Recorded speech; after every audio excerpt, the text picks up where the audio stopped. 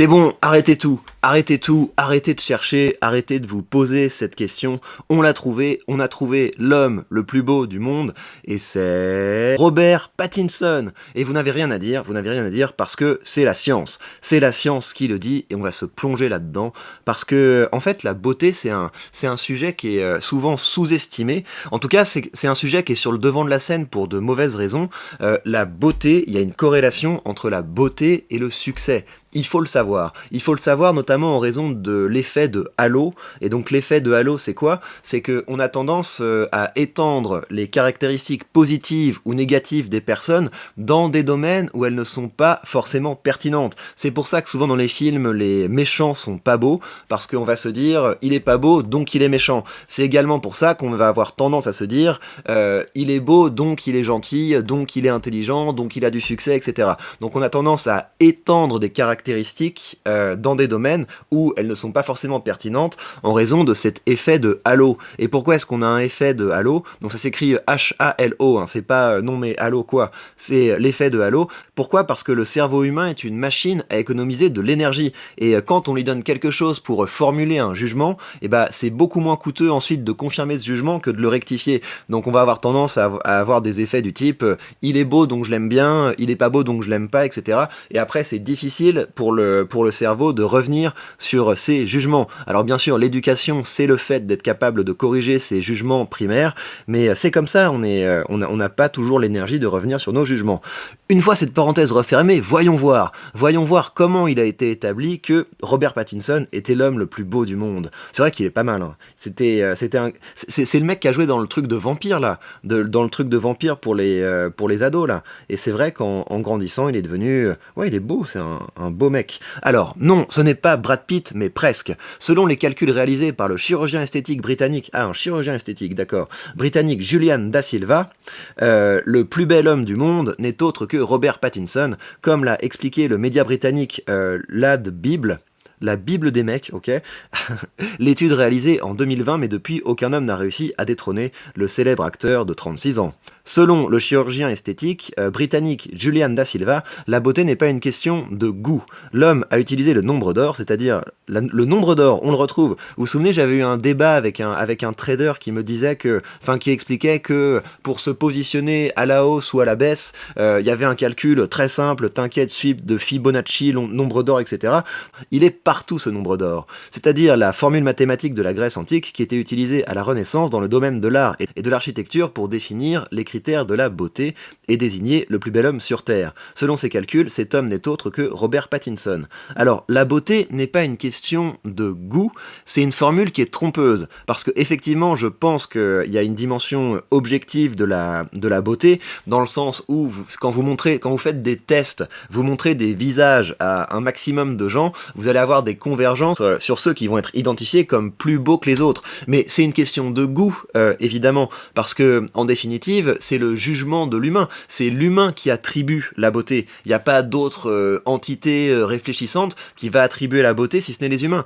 Donc effectivement, on va pouvoir trouver des critères objectifs qui permettent de comprendre les jugements subjectifs des humains sur la beauté, mais la beauté, ça reste une question de goût, dans le sens où c'est l'humain qui juge la beauté. Comme l'explique le média britannique Lad Bible, le médecin a basé ses calculs sur différents critères tels que la symétrie du visage, les sourcils, des yeux, de la mâchoire, du menton, du nez et des lèvres. Des mesures ont ensuite été prises à la racine des cheveux, à un point situé entre les yeux, puis d'entre les yeux à la pointe du nez, et enfin de la pointe du nez au bas du menton. Sur un visage parfait, la longueur d'une oreille est égale à la longueur du nez, et la largeur d'un œil est égale à la distance entre les yeux. Bon, comme ça vous savez, hein.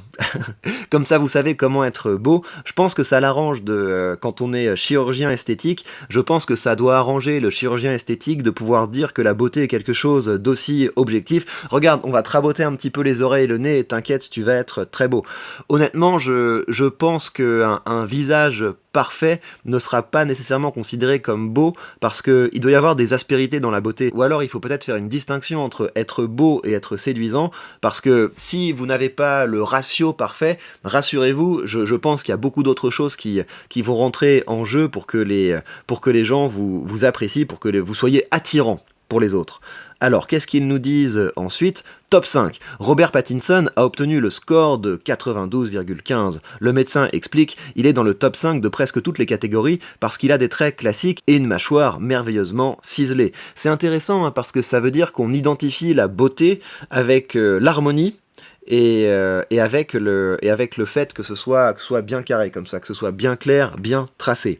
Son seul score inférieur à la moyenne concerne ses lèvres qui sont un peu fines et plates. Mais donc en fait je pense que ce serait intéressant pour aller plus loin dans cette étude, de comparer les personnes qui sont arrivées en top de son classement utilisé par des mesures objectives avec un jugement du public. Parce que c'est ça qui compte, et je pense que le jugement public donnerait, enfin j'en sais rien, mais j'imagine que ça donnerait quelque chose d'un petit peu différent que les mesures quantifiable et ce serait intéressant justement de voir ce qui rentre en jeu dans les jugements des gens sur la beauté. Et je pense que dans les jugements des gens sur la beauté, ils vont prendre en compte des choses comme la prestance, la manière dont on se déplace, la manière dont on parle, et peut-être même des choses du type est-ce que le public a aimé les personnages que ces acteurs ont incarnés à l'écran. Donc son seul score inférieur à la moyenne concerne ses lèvres qui sont un peu fines et plates. Alors t'as les lèvres plates mon gars? Bon, je pense que tu vas t'en sortir. En deuxième position, on trouve Henry Cavill. Je ne sais pas qui est Henry Cavill les amis. Je suis largué dès qu'on parle de people. Qui est Henry Cavill?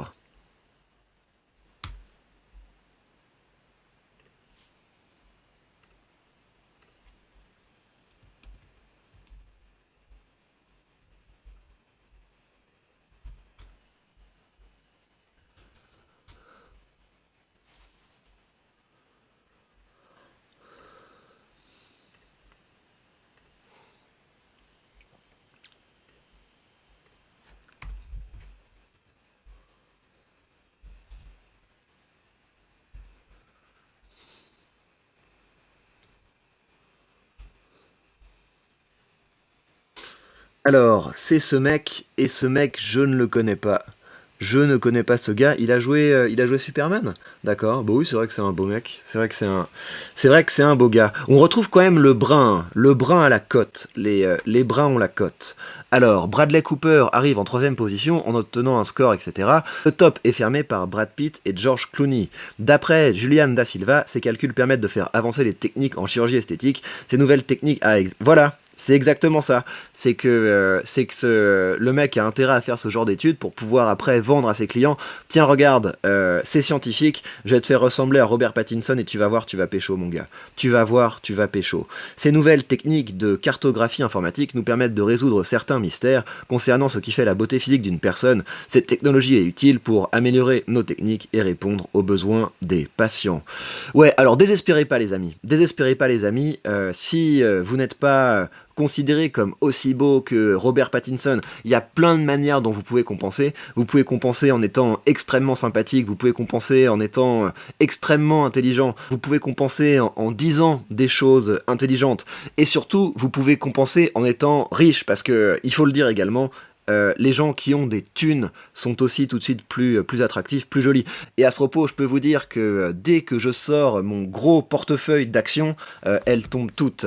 Et oui, si vous n'avez pas tiré le bon numéro à la loterie génétique, vous pouvez compenser en constituant un merveilleux portefeuille d'actions, et ça, je peux vous dire que ça va vous rendre très séduisant. Ça va vous rendre très séduisant, et si ça vous dit de rejoindre cette aventure de l'investissement, vous savez que vous avez sous cette vidéo le lien vers le courtier que j'utilise. Et en suivant ce lien, vous bénéficierez d'une action gratuite. Je pense que je deviens un expert en placement de produits, c'est du grand art. Ça, c'est du grand art. Voilà, nous savons maintenant qui est l'homme le plus beau du monde, et comme en plus j'imagine qu'il gagne pas mal d'argent, ça doit être un vrai tombeur. Prenez bien soin de vous, et on se retrouve très vite pour de prochaines news.